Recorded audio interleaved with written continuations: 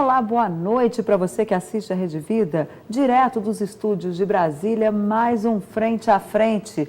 Hoje, às vésperas do dia da noite de São João, os parlamentares praticamente ficaram em recesso aqui na capital da República, mas o Senado trabalhou e muito. Lá está em discussão, mas a votação só se encerra na próxima terça-feira, o projeto do Super Simples, que vai atender aí diversos microempreendedores pelo país afora. Para discutir esse assunto, hoje eu, José Maria Trindade, recebemos aqui o presidente do SEBRAE, Guilherme Afife Domingos. Doutor Afife, é um prazer recebê-lo aqui. Prazer é todo meu. Uma boa noite a você, Denise, e você, Zé Maria. Boa noite, conforme já dissemos aqui, Zé Maria Trindade, juntos eu e ele apresentamos no programa. Boa noite, Zé Maria. É isso, muito boa noite. Num dia em que o presidente afastado da Câmara, Eduardo Cunha, se transformou em réu pela segunda vez. A situação dele se complica ainda mais na Câmara dos Deputados. Essa denúncia de hoje, aceita pelo Supremo Tribunal Federal, se refere às contas que ele diz que não tem no exterior. Foi um movimento muito importante hoje no Supremo Tribunal Federal, porque o processo demonstra ali provas concretas e gastos de que Eduardo Cunha tem essas contas no exterior. E essa situação, presidente, acabou mudando ali o Congresso Nacional, que já discute a sucessão do presidente da Câmara. Mas hoje aqui no Frente a Frente nós vamos falar com o presidente do SEBRAE Nacional, o doutor Guilherme Afife Domingos, né? Ele foi constituinte, teve uma atuação muito boa na Constituição, na formulação dessa Constituição de 88, um líder que direcionou o debate muito intenso para as micro e pequenas empresas. Lá atrás, ele já falava da importância desse setor. Depois foi candidato à presidência da República, com gestos ali, atendendo os deficientes auditivos e marcou muito a sua campanha eleitoral em 1989. Foi também secretário do Trabalho em São Paulo e foi presidente da Associação Comercial do Estado de São Paulo e presidente da Confederação das Associações Comerciais do Estado de São Paulo. Na verdade, esse é um resumo pequeno do extenso currículo do Dr. Afife. Dr. Afife, o senhor diria que no momento há uma valorização, quer dizer, a pregação antiga de que é nas pequenas e médias empresas que estão os melhores empregos e o maior número de empregos. O senhor acha que hoje já se acredita verdadeiramente nisso? Me refiro aos governantes? Olha, sim. E não é só aqui, é no mundo. Porque hoje você tem uma crise mundial que até fala-se que agora é a era do fim do emprego. Então já se disse, você quer um emprego, cria um. Né? Então essa explosão do empreendedorismo que acontece no mundo, e aqui também, né, é a busca do trabalho por conta própria, da autossustentação, é algo que dá curso para a história. Você falou que eu estou dedicado há muito tempo, é verdade. Eu comecei o movimento pela pequena empresa em 1979. Né? E já em 80, nós propusemos ao ministro Beltrão a criação do Estatuto da Microempresa. E naquela época, um historiador muito importante, chamado Fernando Brodel, que foi um dos professores fundadores da USP, né?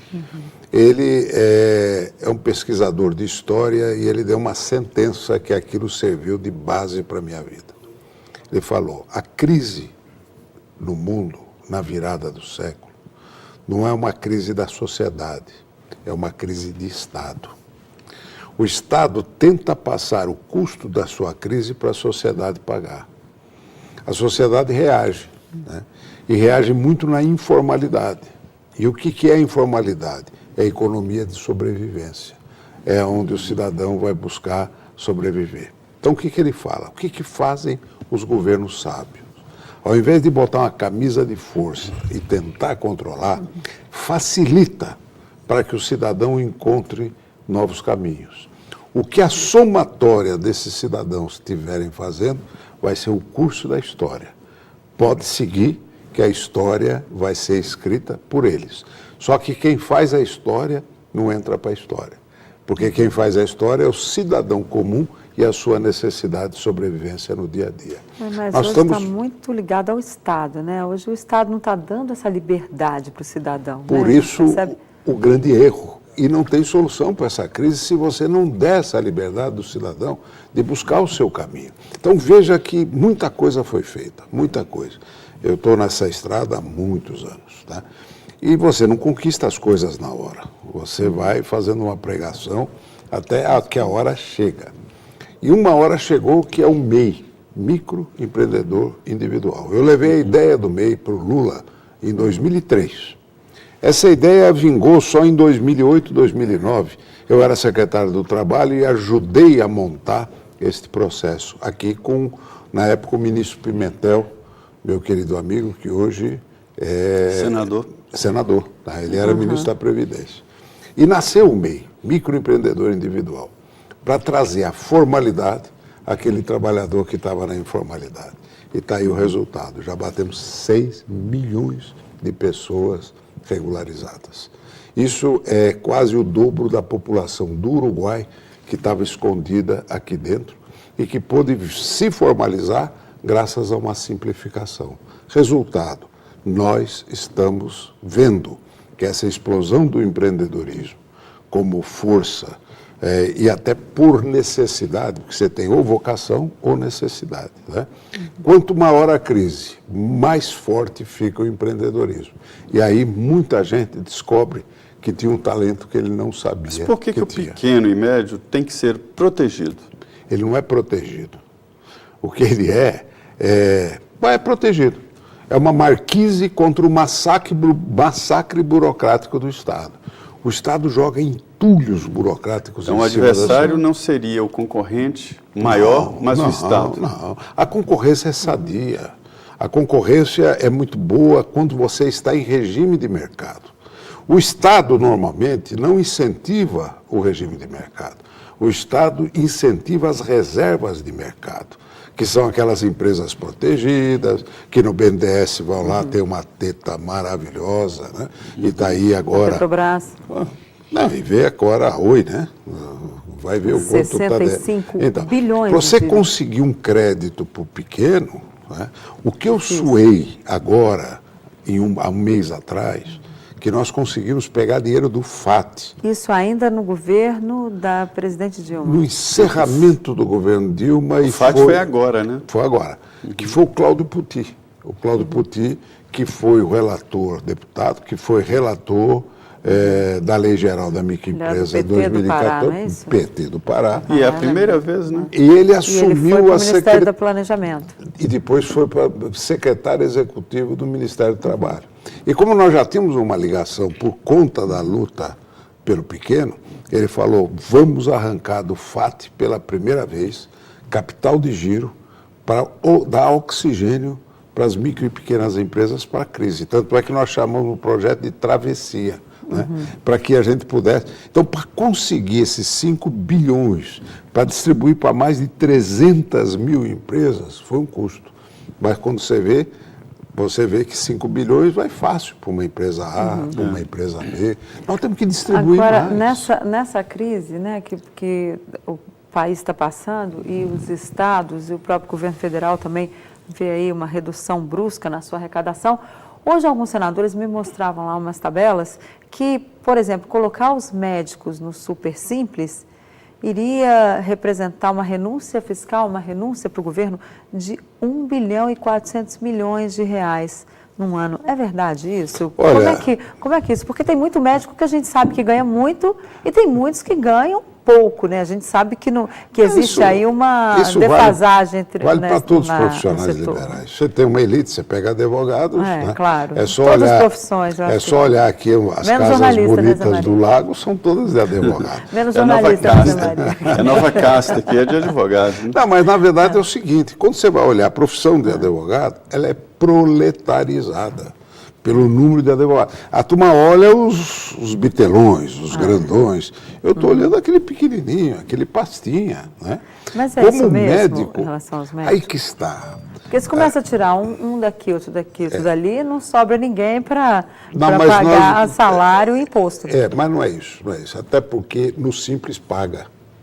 É uma lenda dizendo que o simples não paga imposto. Claro que paga. E hoje eu tenho estudos provando que com esta queda brutal do lucro das grandes empresas, quem está sustentando a arrecadação são as empresas do simples, porque elas não pagam sobre lucro, ela paga sobre faturamento, que é diferente. Portanto, há uma lenda, aquele negócio de botar o espantalho na porta para o passarinho, né, não vir.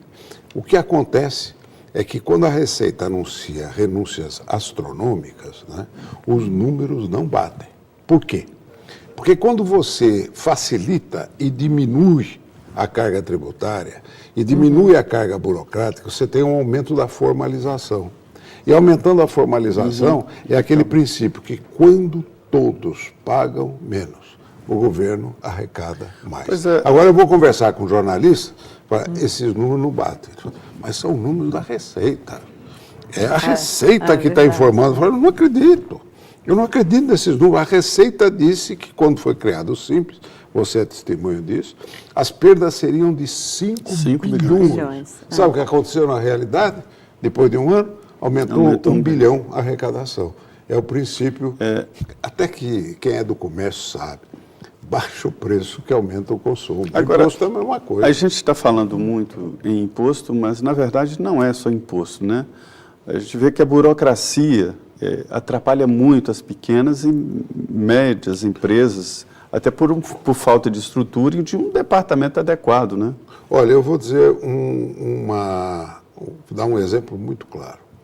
Quando nós fizemos a universalização do Simples, Denise, que trouxemos todas as profissões para dentro do Simples, foi em 2014, a taxa é praticamente tributária a mesma do lucro presumido. E por que houve uma forte adesão de mais de 500 mil empresas por Simples? Pela diminuição das obrigações acessórias. A simplificação, facilidade de pagar. Você recolher tudo numa guia só. Tá? Agora, você tem corporações que estão incrustadas no Estado que detestam a simplificação, porque a simplificação tira poder de várias corporações que vivem da burocracia. Até daqueles que vivem de planejamento tributário, né? Olha, eu vou dizer mais a você. Uma área da advocacia especializada nisso. Exatamente. Quanto mais complicado, tem mais gente ganhando dinheiro. Se você simplificou, estraga toda a brincadeira. Pois é o peso do Estado. Nós estamos aqui com a doutora Afife conversando sobre micro e pequenas empresas. Daqui a pouco vamos falar de política, sobre a prática da pequena empresa, o momento econômico atual.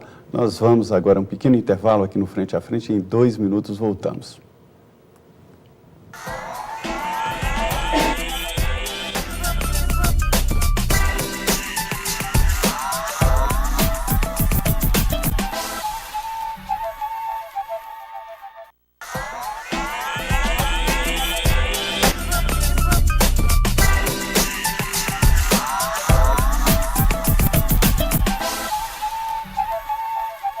Salve, muito boa noite. É quase São João, né? Então é quase Medina. Nós vamos comemorar o São João em Medina, viu, Denise? Pois é, olha, nós estamos hoje aqui no Frente a Frente conversando com o presidente do Sebrae Nacional, o Dr. Guilherme Afife Domingos, e falando sobre o trabalho das micro e pequenas empresas, as dificuldades, principalmente com relação à burocracia e a impostos.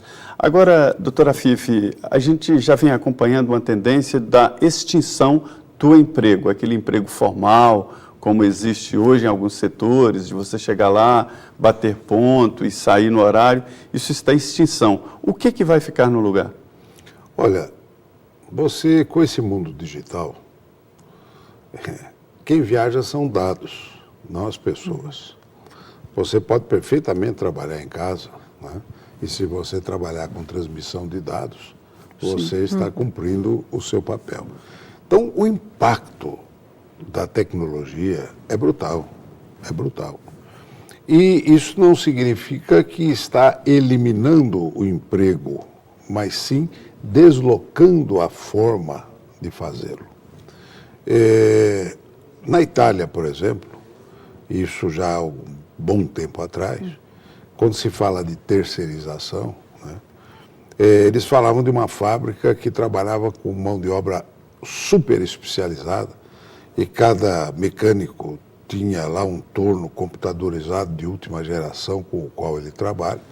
E eles resolveram fazer o seguinte, fazer uma proposta para ele, dele levar o torno computadorizado de última geração para o fundo do quintal da casa dele. Né? Então ele acordaria de manhã, em vez de pegar a condução, ir para a fábrica, bater ponto, ter o banheiro que não pode estar a 3 metros de distância, porque a legislação de proteção ao trabalho assim o exige, ele poderia perfeitamente receber a encomenda do dia através da ordem pelo sistema do computador do torno. E ele em casa, tranquilamente, produzia aquilo, cumpria a meta, entregava, tinha tempo para o lazer, tinha tempo com a família. Então, isto tem coisa de 25 anos atrás, que já começava este processo. Hoje eu estou vendo muita atividade de home work, de trabalhar muita gente casa. trabalhar em casa, né? E isso, Denise... Os americanos chamam de home office, né? Home office. Mas é o trabalho a partir de casa. E o que acontece? Isso ajuda a mulher e muito. Porque o grande drama da mulher... com quem deixar os filhos, né? Às vezes. Então, se ela tem a condição de poder trabalhar em casa, então, estas formas de contratação batem de frente com a nossa legislação que é de 1940. Eu queria só lembrar aqui, Denise, de falar do e-mail. Você... não, pode deixar que eu vou colocar aqui. Inclusive, já temos uma série de perguntas aqui no Twitter. Emilson Costa, você também que está assistindo o nosso programa, também pode mandar sua pergunta para frenteafrente@redvida.com.br ou ainda para o meu Twitter, @DeniRotenburg, que aparece aí no rodapé da sua telinha. Emilson, obrigada pela sua participação. Ele lembra que da última vez que o Emilson Costa é do Rio de Janeiro, ele lembra que da última vez que o senhor esteve aqui, ele perguntou para o senhor quantos documentos ele precisaria para abrir um quiosque. E ele quer saber se ainda são os mesmos documentos daquela última vez, se não me engano, foi no final do ano passado, que o senhor esteve aqui. Olha, é com orgulho que eu falo, né? Porque eu falei e prometi que nós íamos fazer de Brasília um modelo para ser levado para todo o Brasil, através do sistema de integração, né? Para abrir empresa, reduzir o prazo de 120, 130 dias para no máximo 2 ou 3 dias.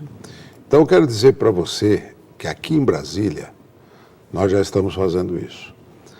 Acabamos de fazer um mutirão de regularização, né? Aqui na periferia de Brasília. Exatamente para poder a empresa, hoje ele pode abrir por internet. Se ele tiver assinatura digital, ele abre por internet. Se ele não tiver, ele vai na junta, dá início e a partir dali ele só vai fazer por internet. Mas é preciso ter a certificação digital no caso.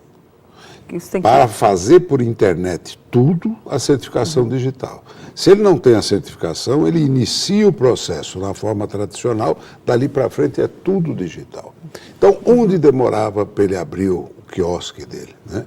Era o problema da vigilância sanitária, problema do meio ambiente, problema do corpo de bombeiros, que é o licenciamento. Licenciamento é um massacre no Brasil, né? Então nós conseguimos, mudando a legislação, criar o conceito do baixo risco e do alto risco. O que é baixo risco? São as atividades que não oferecem risco, né? A de alto risco tem que ter uma inspeção, né? Então, você num questionário que você preenche via internet, você vai respondendo as perguntas sim, não, sim, não, sim, não. No final, vai ser dado o diagnóstico, é baixo ou alto risco. Se é baixo risco, emite na hora o licenciamento, né? E vai fiscalizar depois. Eu estou acreditando na palavra do cidadão. Mas nós vamos vigiar. Vai ser fiscalizado por amostragem depois. Depois, se aquilo que ele afirmou não corresponde à realidade, é a Operação Michel Teló. Aí se eu te pego. Né? Porque é crime. É crime. Então, ele vai ser processado por crime, que é falsidade ideológica, ter dado uma declaração que não corresponde à verdade. Então, a maioria esmagadora é correta. Né? E paga o preço de quem é correto. Então você tem que vigiar tudo. Não precisa vigiar tudo. Esse sistema já está em vigor aqui em Brasília. Eram quantos documentos? Isso era uma infinidade. 300? Não, você tem, não é só isso. O problema não é só o número de documentos. É o número de pedidos de licenciamento que você tem aí, né? e que você vai ter que bater de balcão em balcão, com uma taxa em cada balcão, e aquela documentação toda exigida. Eu não tenho um número aqui, mas eu não sei. Hoje acabou esse processo. Hoje aqui está simplificado. Em Brasília, eu acho que mais 3 estados, né? Não, Brasília é completo. 3 estados ainda tem uma outra coisa que não está completa. Agora nós vamos começar a expandir, que se chama Rede Simples. A Rede Simples, ela vai expandir, e um dos pontos mais importantes é a cidade de São Paulo, por causa de uma medição do Doing Business do Banco Mundial, que fez a pesquisa em São Paulo, e pela Praça de São Paulo dá a notícia que no Brasil é uma barbaridade para abrir empresa. É barbaridade, mas em São Paulo é muito mais barbaridade. Então, nós queremos, em São Paulo, dar uma resposta. Mas por que isso é bom ou ruim? O quê? Essa quantidade enorme de novas empresas. Tudo que é nova empresa é bom. Qual o problema? Inclusive, mas pode ser um sintoma de crise, né? Não. Aí é o seguinte, grande parte desse MEI que está abrindo, não é que é um cara em crise que abriu. Pode também ter. É gente que já trabalhava na informalidade e que se formalizou. Aqui tem até uma pergunta do Emilson falando nessa questão tributária. Ele quer saber se esse super simples modificado por esses dias aí no Senado, se ele deve ser considerado aí uma base da tão desejada reforma tributária. Eu sempre defendi que o simples é o caminho da reforma tributária, que o Brasil precisa de um grande simples. Não é só o simples o pequeno, é um simples para todos. Então, sim, o simples é o embrião da grande reforma tributária no Brasil. Até porque no simples você recolhe 8 impostos numa só guia. Por que nós não podemos fazer isso com todo o sistema? Agora, existe aí toda vez que se fala em reforma tributária, o governo faz que vai, mas não vai. Ou é um governador que reclama, ou é os governadores que se fecham contra uma proposta de reforma, ou são os prefeitos, ou o próprio governo federal faz ali meio que uma cara de paisagem, finge que não é com ele, diz que a culpa é do Congresso, porque ninguém quer perder receita.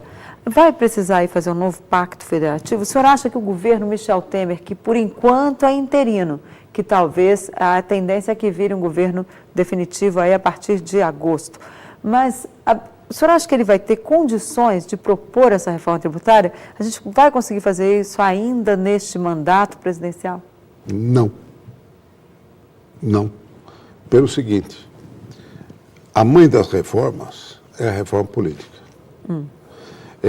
Hoje... Que também o Congresso não quer fazer. Não vai fazer. Eu sou defensor da ideia de uma constituinte exclusiva. Que reforma política o senhor defende?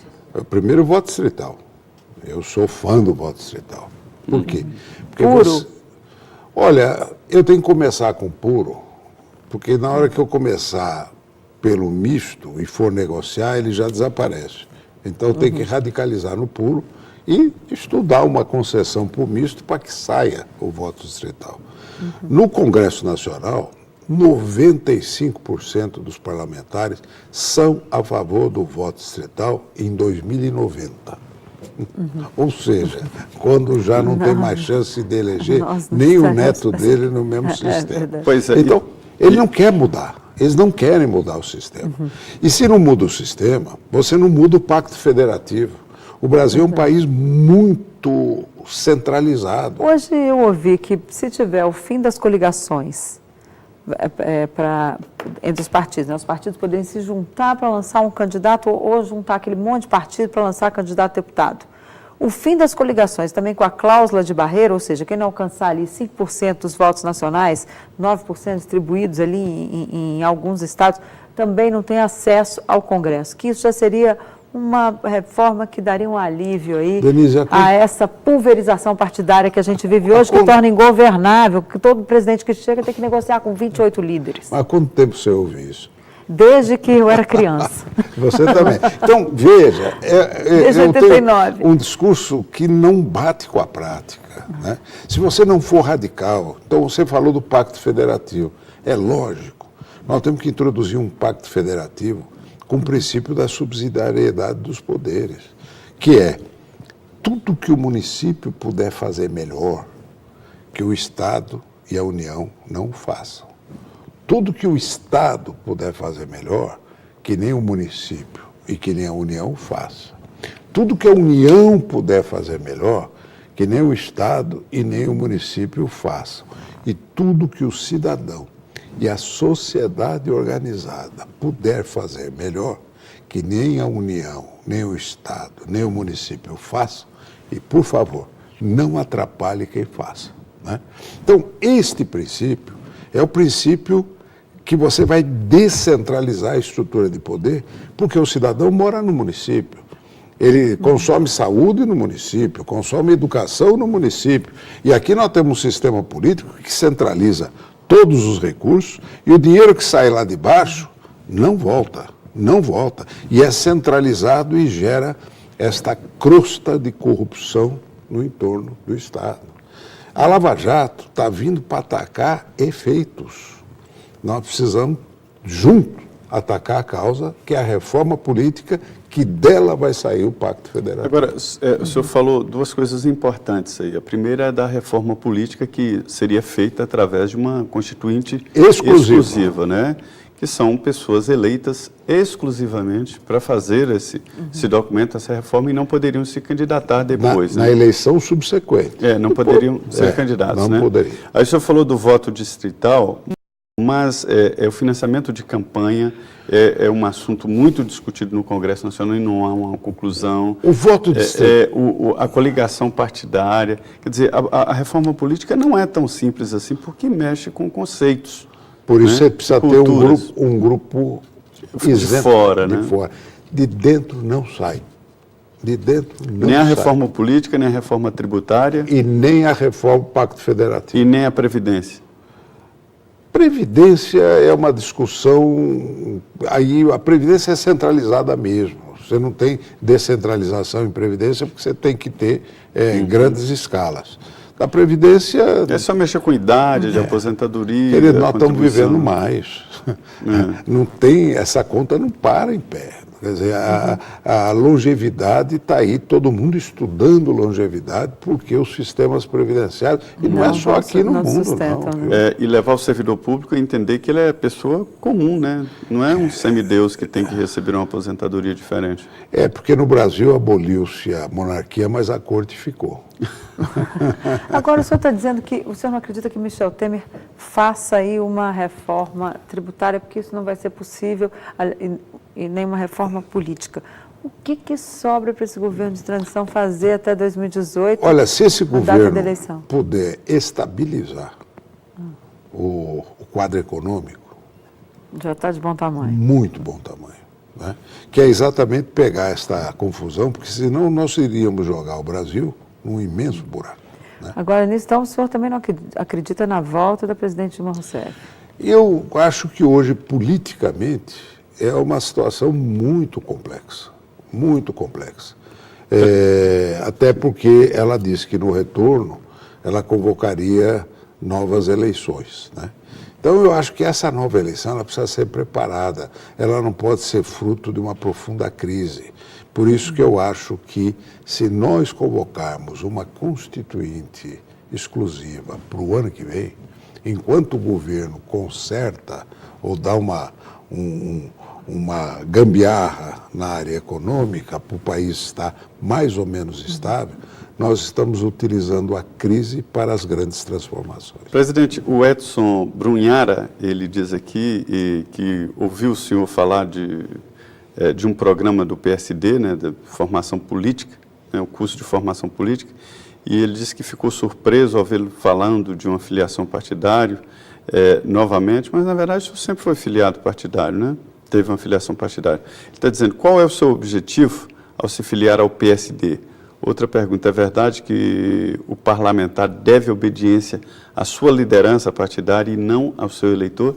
Duas perguntas básicas. Ele acha que o senhor não... O senhor sempre foi filiado? Sempre tive. Eu só tive um período que foi quando eu larguei a vida pública, logo depois da eleição presidencial. Eu disputei uma eleição ao Senado, aí eu saí.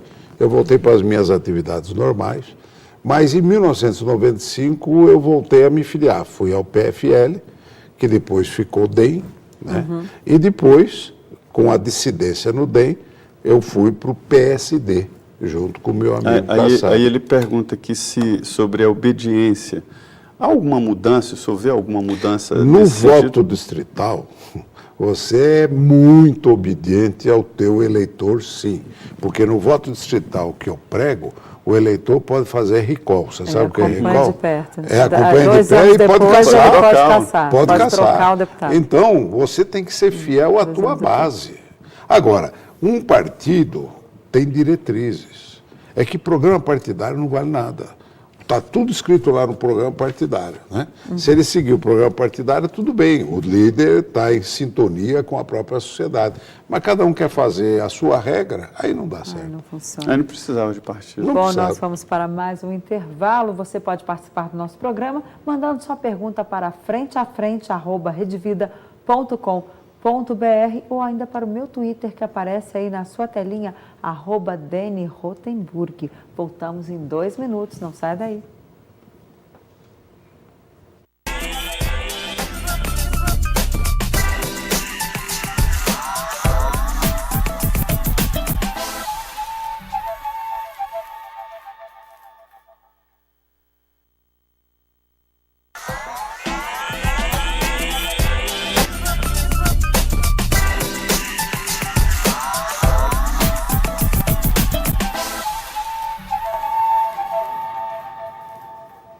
Olá, estamos de volta para o último bloco do Frente a Frente com o presidente do SEBRAE, Guilherme Afif Domingos.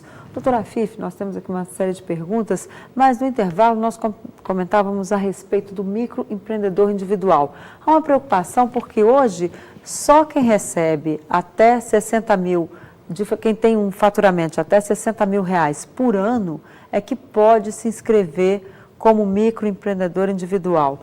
Isso vai aumentar com essa proposta que está em votação no Senado? Pois é, só presidente, só lembrar aqui que o Glaudston Soares, ele faz essa pergunta. Obrigado, Glaudston, por sua participação aqui. O presidente vai responder. Atualmente são 60 mil. A proposta que foi feita, que veio da Câmara, passou para 72 mil. Mas hoje eu estive no Senado e parece que tem uma tendência de se fazer a correção da inflação da última vez que foi fixado para a data do início de vigência, que será em 2018. Portanto, a tendência é ir para 82 mil, porém vigorando a partir de 2018. Isso interfere muito?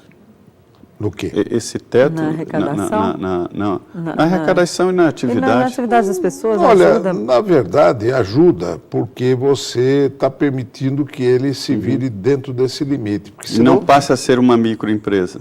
Ainda não. A microempresa é a partir dos, se for a 82, sim, e a microempresa vai até 360 mil. Né? Para ele é melhor ficar com... Antes era menos, não era?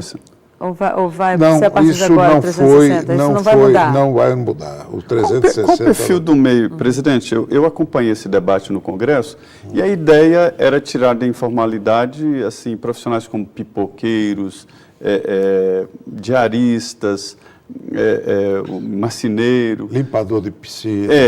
Continua nesse perfil? Pequeno comércio. Porque o faturamento indo para 80 mil não é exatamente o que ganha um pipoqueiro. Mas isso é inflação só. Tudo que colocou 80 mil é correção. Mas o perfil continua esse? Continua esse. Continua esse. Porque são todas as atividades, né? dentro desse teto, de pessoas que estão buscando o que a gente chama de autoemprego. Né? Hoje a palavra mais moderna é sustentabilidade, que todo mundo pensa que é só meio ambiente. Não, é o cara que se sustenta. Né? É quem se sustenta. E quem se sustenta, você tem que botar a medalha no peito, porque ele não está dependendo de ninguém, está dependendo só do trabalho dele. O MEI pode contratar um funcionário? Pode, e pode contratar um aprendiz.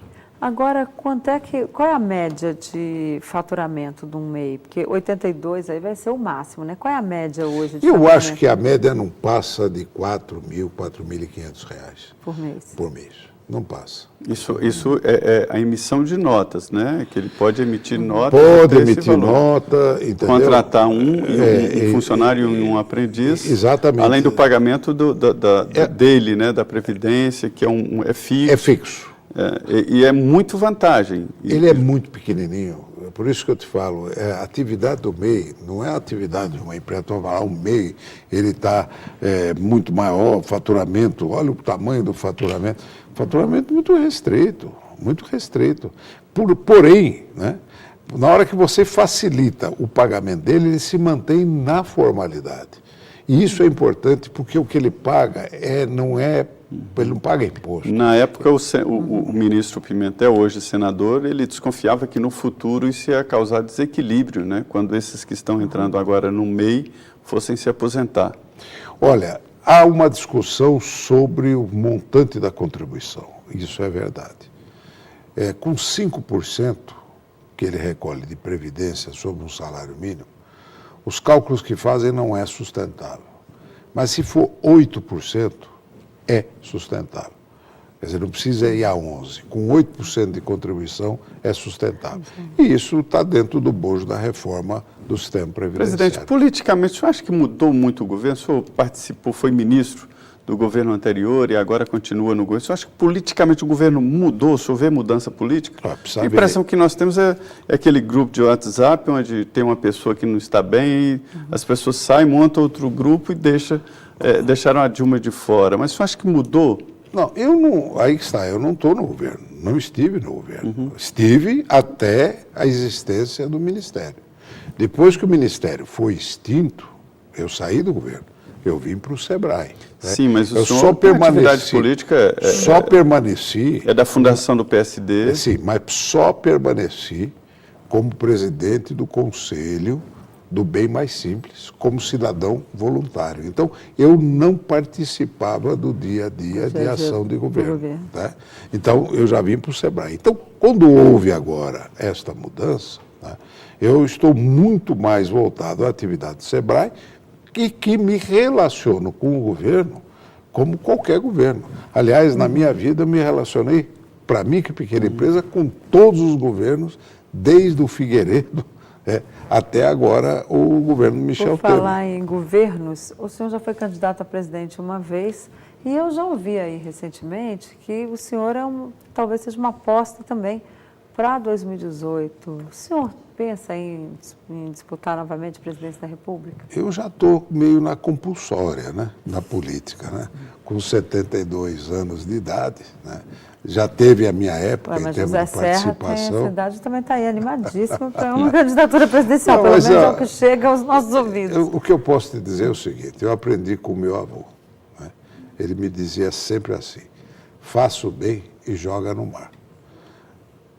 A onda que leva um dia te traz. Então, eu continuo fazendo bem, eu continuo trabalhando na causa que eu acredito. E como está o seu relacionamento aí com o Geraldo Alckmin, que o pré-candidato existe? Como é que é hoje isso? Não, distante, até porque quando foi formado o PSD, né, houve aquela divergência. Exatamente, né? teve ali uma disputa. Né? E aí, para eu ficar lá dentro de uma divergência, eu peguei meu boné e fui embora. Né? Foi muito polêmico, mas eu falei, eu vou trabalhar na minha causa, vou trabalhar na minha causa. Mas não tive nenhuma ruptura. Foi bom ter iniciado esse projeto novo, o PSD, diante de um quadro de vários partidos? Olha, como eu digo a você, é sempre a oportunidade de você ter um novo partido. O que não era bom era ficar no DEM, né? Porque o DEM é um partido que tem sua proposta já ele é vazante, né? É um partido vazante, ele já deixou de interpretar os anseios, ele serviu para uma época que era o PFL, né? Então, o seu tempo passou. Então, você tem que buscar um novo tempo, que é o que nós estamos buscando. Esse novo tempo indica, presidente, que houve um crescimento muito grande, ou pelo menos assumido aí da direita. O que está faltando aí para os partidos assumirem isso também? Olha, esse negócio de direita e esquerda, eu já dizia na minha campanha eleitoral. A luta não é de direita e esquerda, é entre o moderno e o antigo. Né? Porque você tem uma esquerda muito antiga e uma direita muito antiga. Muito mais antiga. Então, direita eram os governos fascistas e esquerda, os comunistas, que no fundo eram faces de uma mesma moeda. A sociedade evoluiu. Essa classificação não adianta mais. Nós estamos atrasados no Brasil no conceito de esquerda e direita. E eu dizia na minha campanha eleitoral, um dia lhe mostro. Sabe qual a diferença da esquerda e da direita no Brasil? É que a direita mamou até agora, eu dizia isso em 89, e a esquerda quer mamar daqui para frente. Mas ninguém quis mudar a estrutura do Estado. Hoje nós estamos diante de uma visão que você tem que juntar gente à esquerda, gente à direita, gente que seja moderada, que radical não tem vez no Brasil. A extrema de qualquer ponto vai ser extinta. Nós vamos ter um núcleo no centro, conciliando pensamentos mais, como se diz, progressistas, com os mais conservadores ou liberais, para ter um consenso de mudanças. Presidente, o Bolsonaro está aí para dizer que isso não é verdade, viu? O Bolsonaro está na extrema, ele já está sendo rejeitado, como você vai ter os outros à esquerda que serão rejeitados. O radical não entra no jogo. O brasileiro não aceita radicalismo. Isso é da nossa cultura. E o senhor ainda vê aí algum futuro político para o ex-presidente Lula, diante de todas essas denúncias e escândalos envolvendo o nome dele? Sempre vai ter. Eu considero o Lula o político brasileiro mais identificado com a massa. Ele tem uma identificação com a massa, hoje sofre. E ele continua com essa identificação? O senhor acha que ele não perdeu aí substância? Lógico que você fica onda abalado. De escândalos envolvendo o PT. Abala, mas não anula. Não anula. Ele tem uma história de identificação que é insuperável. E a agora, presidente Dilma, qual foi o maior erro que o senhor acha que ela cometeu? O senhor acha que ela tem um futuro político? Não foi o erro dela. Foi o erro de quem a pôs. Né? O grande problema da presidente Dilma era o político. É que ela não é do ramo, né? Na hora que você coloca, né, como foi colocado, que ela era uma gestora, né, trabalhou como gestora dentro do governo, a grande dificuldade dela foi o diálogo político. Porque se ela tivesse diálogo político, ela não teria caído. Presidente, isso é dito, não é por mim, não. É pela própria turma do PT. Houve uma grande... E eu quero dizer, eu tenho uma consideração muito grande pela presidente Dilma, porque ela fez comigo um trabalho muito forte de apoio à micro e pequena empresa. Agora, o senhor acha que ela tem algum futuro político aí ou acabou depois? Eu não posso te afirmar. Na vida eu aprendi, Denise. Quando você fala, fulano está acabado. Né? Falaram do Jânio, quando ele renunciou, está acabado. Pois Ele voltou. O Heráclito Forte tem um ditado que é assim, política é uma atividade onde o fundo do poço tem mola. Então é isso. Quer dizer, eu não posso afirmar, não tenho condição. Presidente, uma confusão muito grande politicamente, né? Uma troca de posições e de lugares. Quem é que vai sobreviver nessa história? Diante da Lava Jato, comentando aí. Olha, por isso que eu digo, o que adianta você só atacar os efeitos e não atacar as causas? Então, atacar os efeitos é punir quem prevaricou. Se é muita gente vai ser punida. Agora, você pune quem prevaricou e mantém um sistema que vai criar futuras prevaricações. Você tem que atacar a causa. Você tem que fazer a reforma estrutural da política. Você tem que baratear custo de campanha. O voto distrital barateia custo de campanha. Aí eu posso falar de financiamento público de campanha. Como é que o PSD vai fazer, presidente, diante dessas normas aí nas eleições municipais, né? Não há como financiar. Como é que será essa campanha? Aí você pergunta para o Kassab, porque eu não estou no dia a dia na administração do partido. Mas o senhor pensa politicamente, eu né? Sabe penso, que é impossível fazer uma campanha. O senhor já foi candidato, o senhor sabe como é difícil político. financiar uma campanha, né? Eu Como é que vai acho- ser agora pessoas física que vai dar coisa? Aliás, eu tenho a Cidadão impressão vai ter de que dar o seu senhor só não foi eleito por falta de dinheiro naquela época. A minha campanha, graças a Deus, foi uma campanha... Média, não foi tão Não, foi espontânea. Eu tive muita gente que trabalhou por mim, que eu nunca soube quem era, porque acreditava nas ideias, né? Sim. Então, eu nunca tive contribuição dos gigantes, nunca. A minha própria campanha foi uma campanha bem modesta. Pois é. E essa relação, como é que será daqui para frente? Olha, eu acho que é o grande desafio, todo mundo vai aprender a fazer campanha modesta. Acabou a era dos marqueteiros, né? Que faz urubu virar fazão, né? Que faz... Você tem que ter essência. O Mas candidato tem que deputados- saber se comunicar, o candidato tem que ter a ficha limpa, tem que ser autêntico, porque na hora que você vai para um horário de televisão, sem produção, você vai no gogó falar o que tem que falar, tá certo? Aí você vai começar a diferenciar. Então, nesse momento, se você pergunta o que vai mudar, é o fim da era dos marqueteiros, que cobravam fortunas, veja aí, 200 milhões, 300 milhões. Foi uma Fora o Caixa vergonha. O Dois. governo pagou Uma 70 vergonha. milhões com recibo para João Então, Santana. É João muito Santana, dinheiro. fora o que teve de 70 Caixa milhões. 2, que depois foi descoberto lá fora, né? Por isso que eu acho que quem for no gogó, quem senhor consegue ver? tiver qualidade, ele emplaca. Todo dia a gente Limita os ouve novos, dizer né? que- Vai ter dificuldades. Aí que está, se ele tiver uma boa base, né? Se ele vem de um núcleo de opinião, tá certo? Eu, por exemplo, sempre fui um candidato de núcleo de opinião. Eu nunca tive máquina, nunca fui pedir voto para vereador, né? Os votos que vieram era por opinião, né? Então você vai ter muito mais candidato de opinião do que candidato de máquina. De máquina. Agora, a gente, nos últimos dias, aliás, nos últimos meses, a gente tem ouvido muito falar nessa tentativa aí de controle da Lava Jato. Cada hora é um que fala que vai controlar daqui, vai controlar dali. O presidente em exercício diariamente, né, mais no início, agora não, parece que já parou em relação a ele. Todo dia ele tinha que desmentir, dizer, não, eu não vou controlar, não vou. Mas como é que o senhor vê, existe alguma possibilidade de controlar essa operação? É a mesma que tentar controlar a pororoca do Amazonas.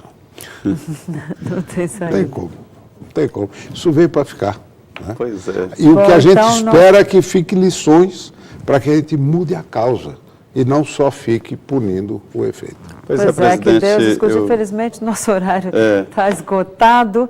É Eu isso aí. queria agradecer muito a sua presença e já deixar aqui um convite para o senhor voltar, porque eu acho que o senhor vai ser candidato a presidente, pelo que a gente anda ouvindo por aí. Pois é, você veja que a política, a gente fala muito de política, está sempre interligada e sempre definindo a sua vida, né? O seu emprego, o seu trabalho. Isso é muito importante, o trabalho do senhor, exatamente um político, porque estão tentando criminalizar a política ultimamente. O político não pode assumir estatal e faz sentido, né? Porque o que eles fizeram nas estatais tem que ser evitado no futuro. Muito obrigado, boa noite e como disse a Denise, esperamos tê-lo aqui em outras edições aqui do Frente a Frente. Obrigado, boa noite. Com certeza voltarei, que é um prazer estar com vocês e com o telespectador. E nessa Boa noite mesa para redonda... você que nos assistiu, Pronto, né, pode. Zé Maria?